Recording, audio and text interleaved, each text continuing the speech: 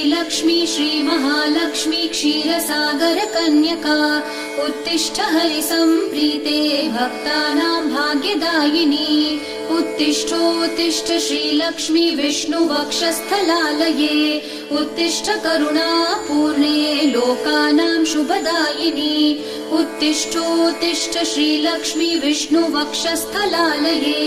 उत्तिष्ठ करुणापूर्णे लोकानां शुभदायिनी श्रीपद्ममध्यवसिते वरपद्मनेत्रे श्रीपद्महस्तचिरपूजित पद्मपादे श्रीपद्मजातजननी शुभपद्मवक्त्रे